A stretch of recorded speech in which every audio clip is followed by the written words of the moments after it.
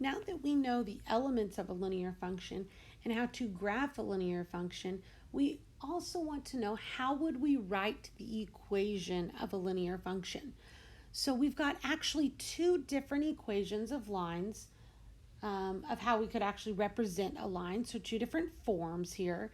We've got what we call a point slope form, and we've got a slope intercept form. Now the slope intercept form is probably the one that you're most familiar with. That's the one that we were kind of using to graph and things like that. But point slope is the same kind of concept. Okay, so in our point slope formula, something that I noticed that it's got the m, which we're going to plug in our slope when we get there. And then it's got this interesting, it's got an x1 and a y1. That is actually going to represent a given point. So they're going to give me a point, and I'm going to substitute it in for the x1 and the y1. Okay.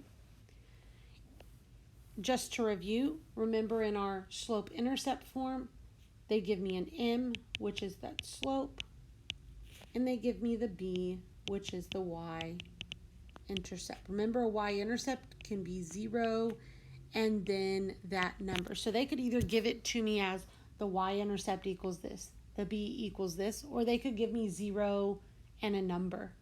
Any of those, they're giving me the y-intercept. Okay, so what I'm going to have to do is I'm going to have to first look and see, well, what kind of information did they give me? Did they give me a point and a slope?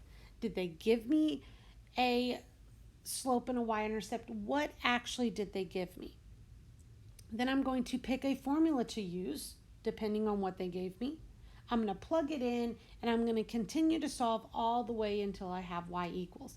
Now, there is one equation that we don't have on here that we will use, and we've already seen it before. It's our slope formula. One thing that I notice is that each of these formulas call for a slope.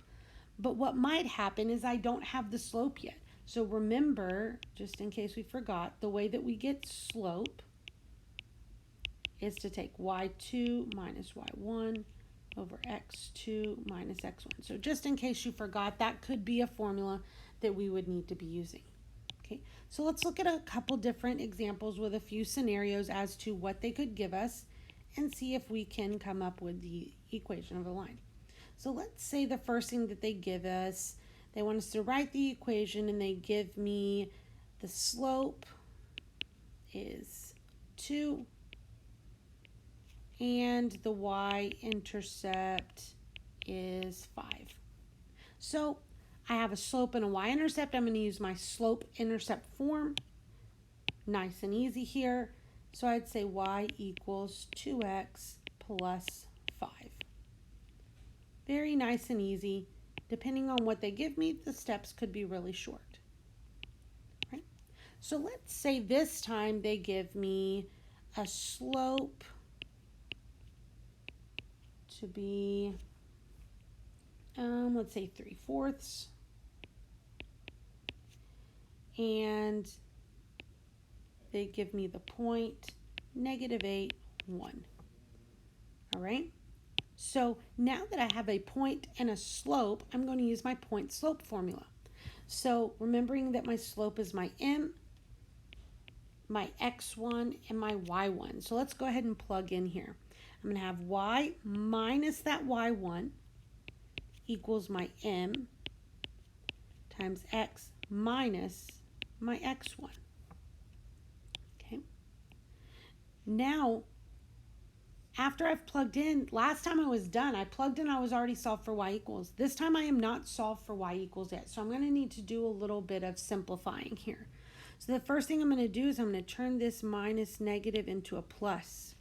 Then I see I've got a number on the outside of parentheses, so I'm going to distribute. So that's going to leave me with y minus 1 equals 3/4 x plus 6. Right? 3/4 of 8 is going to be 6. All right, so I'm almost done, but I'm not finished simplifying just yet. I'm going to now need to move that 1 to the other side. So I'm going to add 1. So that my equation is going to be y equals 3/4 x plus 7.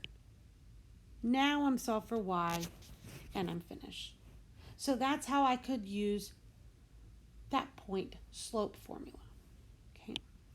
Now, let's look at another example. Let's say instead of all that, they go ahead and they give me 2 points. So this time they're going to give me the 0.35, and then they give me the 0.26. So I look at this point slope, I don't have a point and a slope. Slope intercept, I don't have a slope and an intercept. Well, what am I missing? I am missing the slope. So the first thing that I have to do is find the slope if I want to use either of those two formulas. So I'm going to go ahead and label here. I've got my x1, y1. I've got my x2, y2. So I'm going to find my slope. I'm going to say 6 minus 5 over 2 minus 3. So I'm going to end up with 1 over negative 1. So I can reduce that. So now I can find the equation because I've got a slope of negative 1. Well, now, okay, I know I've got a slope and I've got an x1, y1. So now I can use my point slope formula. So I'm going to use y minus y1 equals m times x minus x1. Okay, so same thing as last time now. It's not simplified. I need to go ahead and distribute that negative 1. So I'm going to get y minus 5 equals negative x plus 3. Almost done. I need to move that 5 to the other side. So I get y equals negative x plus 8. And now I'm solved for y equals. So they could give me lots of different things. They could give me a point and a slope. They could give me a slope and a y-intercept. They could give me 2 points. And any way I could get to that equation of y equals. Depending on what they give me depends on how much work I'm going to have to do to get to that equation of a line. Now I want to look at one more just to remind us that it could happen. Now remember when we were talking about lines, we had special lines, okay? So those can appear when we're finding our equations. So let's say, one more example here. Let's say that they give us 2 points. This time they give us 2, 7, and they give us 2, negative 1. Okay, so the first thing that I do is I say, okay, well, which equation am I going to use? Point slope? Nope. Slope intercept? Nope. What am I missing? I'm missing the slope. So I go through and I say, okay, well, the first thing I'm going to have to do is I'm going to need to find that slope. So I need an x1, y1, an x2, y2. So I'm going to say negative 1 minus 7 over 2 minus 2. So I get negative 1 minus 7 gives me negative 8 over 0. I can't do that. And if I forget and I go to the calculator and then it says error, because remember we said that is undefined. So how am I going to use an undefined and go plug into either a point slope or a slope intercept? I'm not.